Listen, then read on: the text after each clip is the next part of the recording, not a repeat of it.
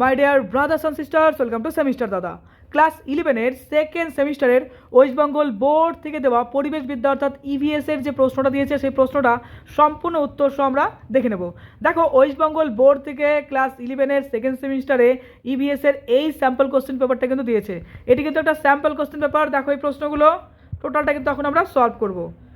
চলো এবার আমরা বলি। দেখো, ইভিএসে ক্লাস 11-এর সেকেন্ড সেমিস্টারে নাম্বার থাকবে 40, সময় থাকবে 90 মিনিট। এবার একের যে প্রশ্নটা রয়েছে, নিম্নলিখিত প্রশ্নগুলির সংক্ষিপ্ত উত্তর দাও, যে কোনো 4টি, অর্থাৎ 4 থেকে 8 নাম্বার রয়েছে।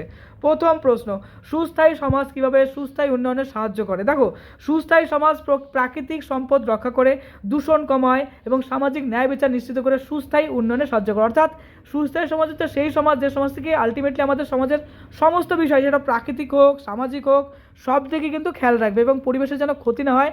যে কারণে কী করবে, তারা একটা সুন্দর একটা ন্যায় বিচার বলো এবং দূষণ বলো সব কিছু কন্ট্রোল করার জন্য আলটিমেটলি কিন্তু আমাদের পরিবেশটা ভালো থাকবে, আমাদের সমাজটা ভালো থাকবে। যে কারণে সুস্থায়ী উন্নয়নের কথাও কিন্তু আমরা বলতে পারি। অর্থাৎ সুস্থায়ী উন্নয়ন কিন্তু সুস্থায়ী সমাজের মাধ্যমেই আলটিমেটলি হচ্ছে, তাই না?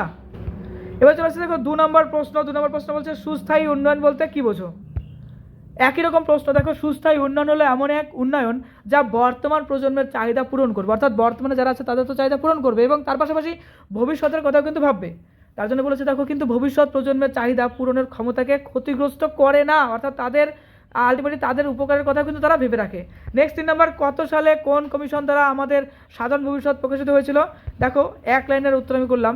1987 সালে ব্রুনল্যান্ড কমিশন দ্বারা আমাদের সাধারণ ভবিষ্যৎ প্রকাশিত হয়েছিল। এরপরে 4 নম্বর প্রশ্ন দেখো, বলেছে সুস্থায়ী কৃষির প্রয়োজনীয়তা সংক্ষেপে লেখো।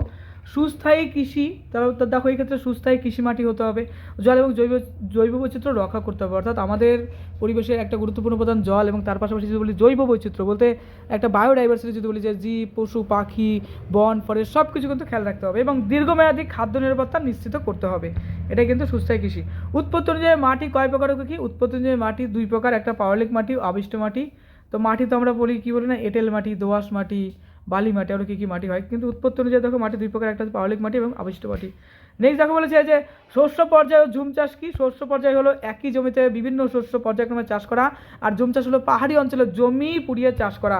নেক্সট 2 নম্বর, নিম্নলিখিত প্রশ্নগুলোর সংক্ষিপ্ত উত্তর দাও। দেখো, যেগুলো 4টি প্রশ্ন রয়েছে, 4 থেকে 8 নাম্বার। প্রথম প্রশ্ন, ওটেকের পুরো নাম লেখো এবং এর প্রয়োজনীয়তা লেখো। দেখো, OTEC এর পুরো নাম ওশান থার্মাল এনার্জি কনভার্সন। এটি সমুদ্রের উষ্ণতা পার্থক্য ব্যবহার করে বিদ্যুৎ উৎপাদন করে। নেক্সট 2 নম্বর, জীবাশ্ম জ্বালানি কি? উদাহরণ দাও। জীবাশ্ম জ্বালানি হলো কয়লা, তেল এবং প্রাকৃতিক গ্যাস যা মৃত উদ্ভিদ এবং প্রাণী থেকে তৈরি হয়। উদাহরণ বলতে পারে কয়লা। প্রাচীনকালে বিশাল গাছপালা মাটির নিচে চাপা পড়ে কয়লায় পরিণত হয়েছে। পেট্রোলিয়াম, প্রাচীনকালের দেখো সামুদ্রিক জীবজন্তু ও উদ্ভিদ মাটির নিচে চাপা পড়ে পেট্রোলিয়াম পরিণত হয়েছে। চিপকো আন্দোলন কি? এর কয়েকজন নেতার নাম লেখো। দেখো, চিপকো আন্দোলন হলো গাছ রক্ষার জন্য একটি আন্দোলন। এর একজন নেতার নাম কি বলতো? সুন্দরলাল বহুগুণা। অপচলিত শক্তি হিসাবে সৌরশক্তি কেন গুরুত্বপূর্ণ? 4 নম্বর প্রশ্ন, দেখো অ্যান্সার হবে পরিবেশ বান্ধব। সৌরশক্তি ব্যবহার করলে কোনো দূষণ হয় না, ফলে পরিবেশ সুরক্ষিত থাকে। পয়েন্ট লিখবো। নেক্সট, জীবাশ্ম জ্বালানি ব্যবহারের ফলে যে গ্রিন হাউস গ্যাস নির্গত হয় সৌরশক্তি ব্যবহারে তা হয় না। অপরন্ত উৎস, সূর্যের আলো একটি অপরন্ত উৎস আমরা ধরতে পারি, তাই সৌরশক্তির সরবরাহ কখনো শেষ হবে না, অর্থাৎ দীর্ঘদিন চলবে, কিন্তু সূর্যেরও তো একটা আয়ু আছে, তাই না?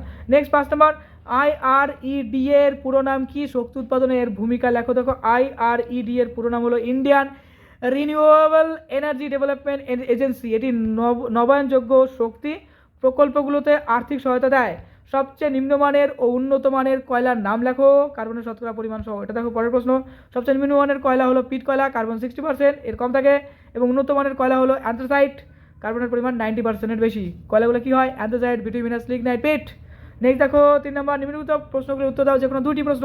6 থেকে 12 নম্বর রয়েছে। দেখো, প্রথম প্রশ্ন, বর্তমান ও ভবিষ্যৎ জীবনযাত্রার মান উন্নয়নে সুস্বাস্থ্য উন্নয়নের প্রয়োজনীয়তা সংক্ষেপে লেখো। 6 নম্বর, পরীক্ষার আগে খুব স্পিডে পড়তে হচ্ছে তোমাদের জন্য, আমি খুব স্পিডে পড়ছি কারণ সময় তোমাদের পরীক্ষার আগে খুব কম সময়ের মধ্যে কমপ্লিট করতে হবে, তাই না? তো আমি বলবো যে অবশ্যই এই চ্যানেলে নতুন হলে ভিডিওগুলো লাইক করবে, ভালো লাগলে অবশ্যই লাইক করবে, শেয়ার করবে, আর বন্ধুদের মধ্যে অবশ্যই বলবে এই চ্যানেলের কথা। পাশে থেকো, হ্যাঁ। দেখো, প্রাকৃতিক সম্পদ রক্ষা করা, প্রথমত পরিবেশ সুরক্ষা।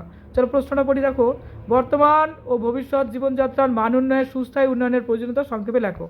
চলো প্রথমত বলো পরিবেশ সুরক্ষা বলতে প্রাকৃতিক সম্পদ রক্ষা করা, যেমন বনভূমি রক্ষা করা, জল দূষণ রোধ করা, মাটির ক্ষয় রোধ করা, দূষণ কমানো, যেমন বায়ু দূষণ, জল দূষণ, শব্দ দূষণ কমানো, জীববৈচিত্র্য রক্ষা করা, বিভিন্ন প্রজাতির উদ্ভিদ ও প্রাণী রক্ষা করা, সামাজিক ন্যায় বিচার করতে সবার জন্য সমান সুযোগ নিশ্চিত করা, যেমন শিক্ষা, স্বাস্থ্য, কর্মসংস্থানের সুযোগ, দারিদ্র্য দূর করা, যেমন গরিব মানুষদের খাদ্য, বাসস্থান, শিক্ষার ব্যবস্থা করা, সুস্বাস্থ্য শিক্ষা নিশ্চিত করা, সবার জন্য স্বাস্থ্য পরিষেবা ও শিক্ষার ব্যবস্থা করা, অর্থনৈতিক স্থিতিশীলতা। দেখো আমি এখানে অনেকগুলো পয়েন্ট দিলাম, তোমার যে কটা পয়েন্ট ভালো লাগে তুমি পড়ো। এক্সট্রা অনেক দিলাম কেন, দেখো অল্প পয়েন্ট দিব যদি ভুলে যাও, আর অনেকগুলো পয়েন্ট দিলাম, দু একটা ভুললেও কিন্তু তোমার প্রবলেম হবে না। তো অবশ্যই দেখো ভিডিওটা দেখো, পরবর্তীকালে পাঠে রয়েছে দেখো দীর্ঘমেয়াদী অর্থনৈতিক উন্নয়ন, যেমন এমন শিল্প তৈরি করা যা পরিবেশের ক্ষতি না করে, কর্মসংস্থানের সৃষ্টি করে, যেমন পরিবেশ বান্ধব শিল্পে কর্মসংস্থান তৈরি করা, প্রাকৃতিক সম্পদের সুষ্ঠু ব্যবহার, প্রাকৃতিক সম্পদ এমনভাবে ব্যবহার করা যাতে তা ভবিষ্যৎ প্রজন্মের জন্য থাকে। নেক্সট দেখো 2 নম্বর, সুস্থায়ী কৃষির কর্মপরিকল্পনাগুলি লেখো। সুসংগত কীট পোকা নিয়ন্ত্রণ, IPM বলতে কী বোঝো, দেখো 4+2 6 রয়েছে। তো প্রথমতই বলবো পয়েন্ট দিয়ে লিখবো, সুস্থায়ী কৃষির পরিকল্পনা বলতে জৈব সার ব্যবহার করতে হবে, যেরকম গোবর সার, কম্পোস্ট সার ব্যবহার, উদাহরণ সহ কিন্তু দিলাম, যেরকম শস্য পর্যায় অনুসরণ করতে হবে, যেমন বিভিন্ন শস্য পর্যায়ক্রমে চাষ করা, জল সংরক্ষণ, বৃষ্টির জল সংরক্ষণ করা, সেচের জল অপচয় রোধ করা। আমি অনেক পয়েন্ট দিলাম, তোমার যেটা ভালো লাগে তুমি লেখো।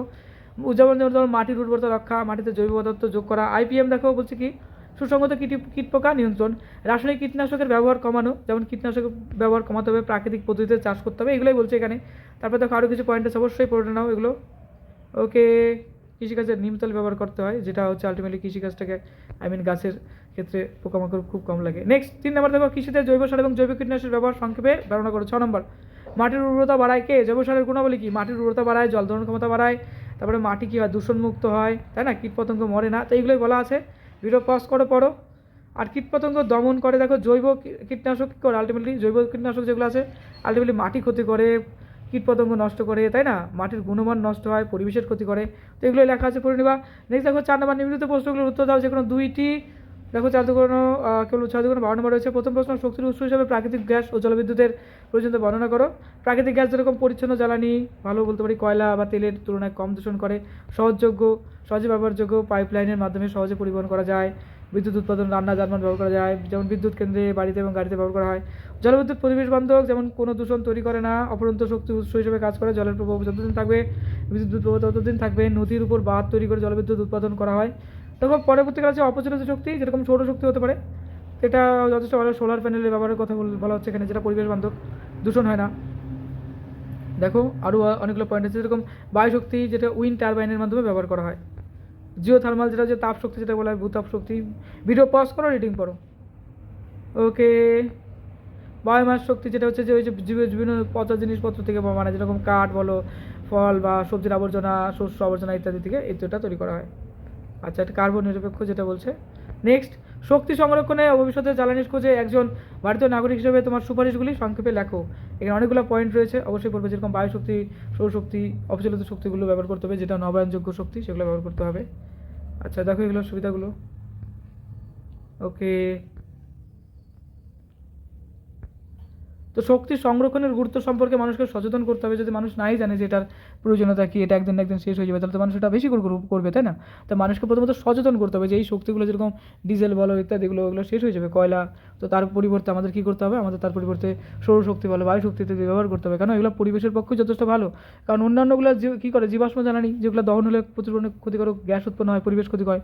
কিন্তু এই যে দেখো সৌরশক্তি যদি বলি, বায়ুশক্তি যদি বলি, জলবিদ্যুৎ শক্তি বলি, ভূতাপ শক্তি, এগুলো কিন্তু আলটিমেটলি পরিবেশের পক্ষে যথেষ্ট ভালো, তাই না। তো এইভাবে লিখবে অবশ্যই। আর তোমার পরীক্ষা অনেক ভালো হোক, পরীক্ষার জন্য তোমাকে জানাই বেস্ট অফ লাক, খুব ভালো পরীক্ষা দিও। আর সবথেকে গুরুত্বপূর্ণ, এই চ্যানেলে নতুন হলে চ্যানেলটি সাবস্ক্রাইব করে দিও, আর সবার মধ্যে এই ভিডিওটা শেয়ার করে দিও। চলো পরীক্ষার জন্য জানাই বেস্ট অফ লাক।